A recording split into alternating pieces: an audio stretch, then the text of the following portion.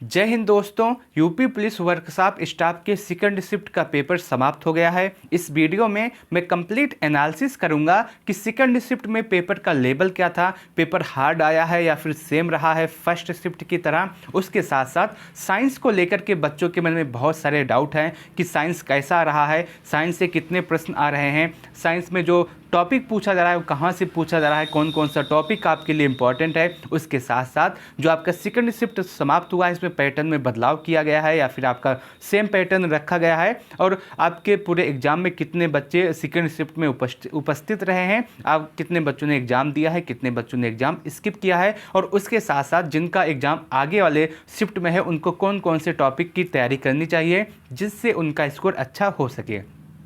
आज के इस वीडियो में मैं इन सभी टॉपिक के विषय में आप सबसे बात करूंगा। मैं उम्मीद करता हूं कि आप सभी लोग इस वीडियो को लास्ट तक जरूर देखेंगे। दोस्तों, यदि आपको यह वीडियो अच्छा लगे तो आप सभी लोग इस वीडियो को लाइक कर सकते हैं, अपने दोस्तों के साथ इस वीडियो को शेयर करना न भूलें। दोस्तों, बात करें सेकंड शिफ्ट के एग्जाम की तो मैं आपको बता दूं, जो आपका पहला शिफ्ट का एग्जाम हुआ है पूरा सेम टू सेम आपका सेकंड शिफ्ट का भी एग्जाम हुआ है। बहुत ज़्यादा बदलाव नहीं किया गया है। जिस टॉपिक से आपके फर्स्ट शिफ्ट में क्वेश्चन पूछे गए थे सेम उसी टॉपिक पे आपके सेकंड शिफ्ट में भी क्वेश्चन पूछे गए हैं। फर्स्ट टॉपिक का जो इंपॉर्टेंट क्वेश्चन है जो जहाँ से आया था वो मैंने आपको टेलीग्राम चैनल पे दे दिया है। मैं उम्मीद करता हूँ कि आप सभी लोग वहाँ से देख लिए होंगे। उसके साथ साथ मैंने अपने इंस्टाग्राम आईडी पर भी मेंशन कर दिया है, तो आप वहाँ से भी देख सकते हैं। फर्स्ट शिफ्ट का जो सभी इंपॉर्टेंट है, जो बच्चों के माध्यम से हमें जानकारी मिली है, उसके आधार पर मैंने आपको दे दिया है पीडीएफ के माध्यम से। अब बात करते हैं सेकंड शिफ्ट के विषय में। मैं आपको बता दूं, सेकंड शिफ्ट आपका जो हुआ है इसमें कोई भी बदलाव नहीं किया गया है। जैसे जो पैटर्न आपका फर्स्ट शिफ्ट में था सेम पैटर्न वही आपका सेकंड शिफ्ट में ही रखा गया है। कोई भी बदलाव नहीं हुआ है। सेम लेवल का सेम पैटर्न में सेम पैटर्न का आपका सेकंड शिफ्ट में भी क्वेश्चन आया है। तो आप सभी लोग परेशान न हो कि बहुत सारे बच्चों के मन में यह भी डाउट था कि सेकंड शिफ्ट में कैसा पेपर होगा, क्या पेपर का लेवल हार्ड होगा या फिर नहीं होगा। तो मैं आपको बता दूं, पेपर का लेवल बिल्कुल भी हार्ड नहीं आया है। जैसा आपका फर्स्ट शिफ्ट में एग्जाम था सेम आपका सेकंड शिफ्ट में भी एग्जाम हुआ है। सेम क्वेश्चन आपके सेकंड शिफ्ट में भी पूछे गए हैं। साइंस को लेकर के बहुत सारे बच्चों के मन में बहुत सारे सवाल हैं। मैं आपको बता दूं, साइंस को लेकर के आप सभी लोग परेशान ना हो। अगर आपने थोड़ा सी भी पढ़ाई की है तो आपका साइंस में अच्छा स्कोर होने वाला है, क्योंकि जो आपसे साइंस पूछा जा रहा है आराम से 18 से 20 क्वेश्चन साइंस के आ रहे हैं। फर्स्ट शिफ्ट में भी आए थे और सेकंड शिफ्ट में भी आपके 18 से 20 क्वेश्चन देखने के लिए मिले हैं साइंस से। और जो साइंस से जो ज़्यादा क्वेश्चन आया है, सबसे पहले मैं आपको बता दूं, यदि आपने बेसिक बुक कोई भी पढ़ी होगी, कोई भी 9th 10th की अगर कोई भी बुक आपने पढ़ी होगी तो आपका स्कोर आप यह मान के चल सकते हैं कि अगर साइंस से 20 क्वेश्चन आएगा तो आपका 20 का 20 हल हो जाएगा। बहुत ज़्यादा लेवल का नहीं आ रहा है। बच्चों के मन में यह भी डाउट है कि क्या साइंस में आपका न्यूमेरिकल भी पूछा जा रहा है। तो मैं आपको बता दूं, दो न्यूमेरिकल आपका सेकंड शिफ्ट में आया है। दोनों बहुत आसान, जो आपका गति के समीकरण है दोनों, एक आपका न्यूमेरिकल गति के समीकरण से आया था, एक आपका न्यूमेरिकल आपका जो बच्चों ने बताया उसके माध्यम से मैं अगर बताऊं, दूसरा न्यूमेरिकल था शायद वो आपका फोर्स से आया था, फोर्स के नियम से। तो दोनों न्यूमेरिकल बहुत ज़्यादा इजी थे। बस अगर आपको फार्मूला याद हो तो आप आराम से उसको हल कर ले जाएंगे। उसके साथ साथ अगर आप साइंस की बात करें, अगर आपने साइंस लूसेंट से पढ़ा होगा तब भी आपका अच्छा स्कोर होने वाला है। बेसिक सवाल आपके सभी आए थे। उसके साथ साथ एक आपके जो साइंस का टॉपिक है इससे एक या दो जो है एक या दो सवाल मात्रक से भी आए हैं कि इसका मात्रक क्या होगा, तो आप उसे भी देख लेंगे। अदिश और सदिश राशि से भी आए हैं तो आप उसे भी देख लेंगे। साइंस के लिए आप सभी लोग परेशान ना हो। अगर आपने सिर्फ और सिर्फ सिलेबस कंप्लीट किया है, अपना सिलेबस यदि आपने कंप्लीट किया है तो आपका अच्छा स्कोर होने वाला है। आप सभी लोग निश्चिंत हो जाइए। बस जो सिलेबस में टॉपिक है आप उसको कवर करके अवश्य जाइएगा। उसके साथ साथ अगर हम बात करें और सेक्शन के विषय में, रीजनिंग के सेक्शन में बहुत सारे बच्चे पूछ रहे थे कि रीजनिंग का पेपर कैसा आया है, रीजनिंग में कैसे क्वेश्चन पूछे गए हैं। तो मैं आपको बता दूं, रीजनिंग के लिए आप सभी लोग परेशान ना हो। जो पैटर्न आपका फर्स्ट शिफ्ट में फॉलो कर रहा था वही आपका सेकंड शिफ्ट में भी फॉलो कर रहा है।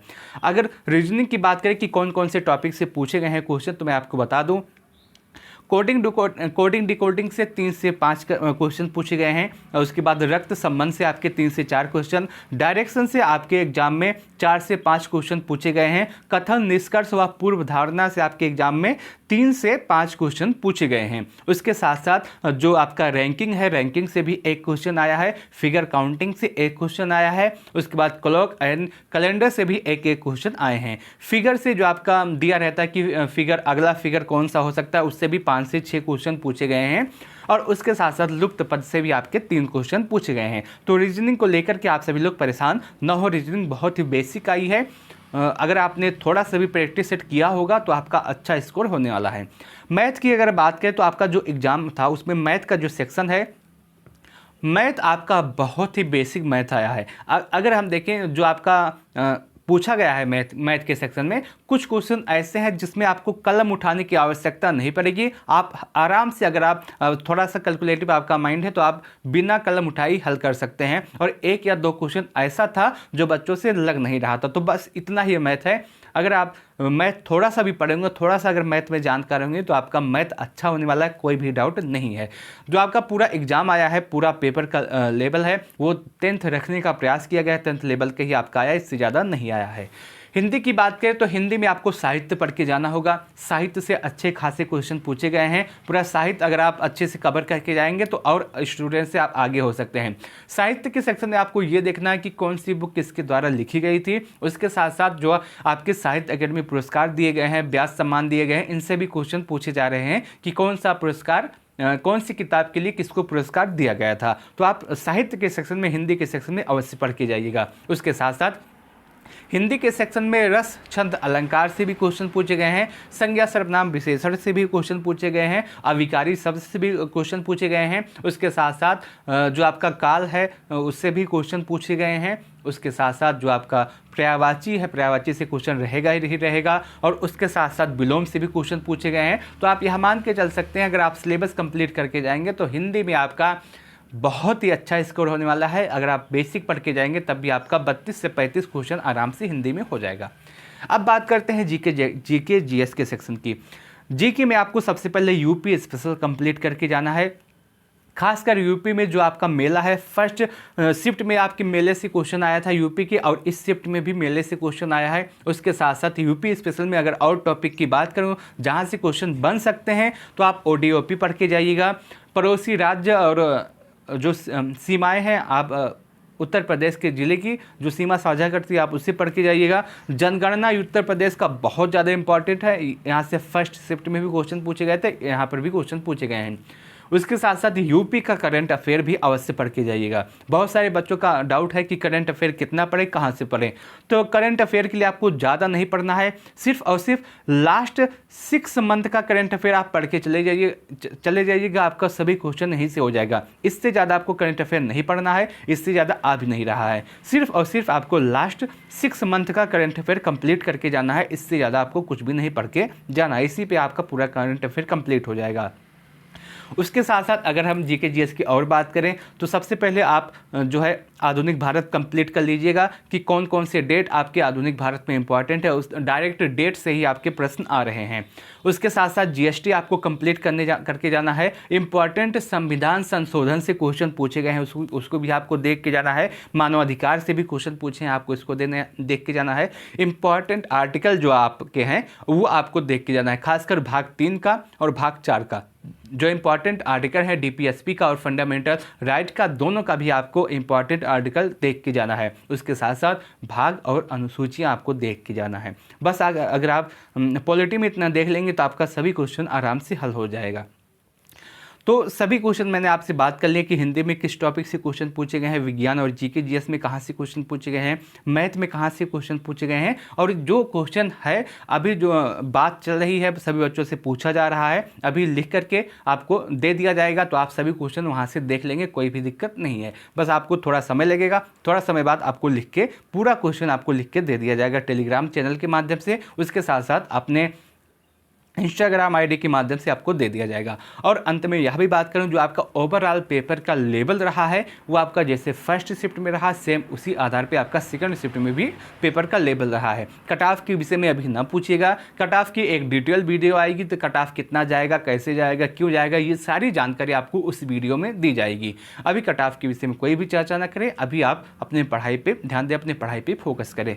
अब बात करते हैं कितने छात्रों ने सेकंड शिफ्ट में एग्जाम स्किप किया है। तो इस शिफ्ट में भी आप यहाँ मान के चल सकते हैं लगभग 35 से 40% बच्चों ने इस शिफ्ट में भी अपना एग्जाम स्किप किया है। किसी सेंटर में आपको यह आंकड़ा 30% भी देखने के लिए मिलेगा और किसी सेंटर पे आपको यह आंकड़ा 40 से भी अधिक देखने के लिए मिलेगा। आपका जो पूरा पैटर्न है बहुत ही आप यह कह सकते हैं पूरा एग्जाम का जो लेवल है ईजी टू मॉडरेट आया है, कोई भी दिक्कत आपको पेपर को हल करने में नहीं होगी। मैं उम्मीद करता हूं कि आपको यह पूरा वीडियो अच्छा लगा होगा, आपको यह पूरी जानकारी अच्छी लगी होगी। इंपॉर्टेंट क्वेश्चन आपका जो है आज के सेकंड शिफ्ट में पूछा गया है, अभी थोड़ी देर बाद आपको एक वीडियो के माध्यम से बता दिया जाएगा, आप वहां से देख सकते हैं। अगर आपको यह वीडियो अच्छा लगा हो तो आप इस वीडियो को लाइक कीजिएगा, अपने दोस्तों के साथ इस वीडियो को शेयर करना न भूलें। आपके मन में कोई भी डाउट, कोई भी सवाल, कोई भी कंफ्यूजन रह गए हैं तो आप कमेंट सेक्शन के माध्यम से पूछ सकते हैं, मैं आपके प्रत्येक कमेंट का जवाब अवश्य दूंगा। इस वीडियो को लास्ट तक देखने के लिए आप सबका बहुत बहुत धन्यवाद।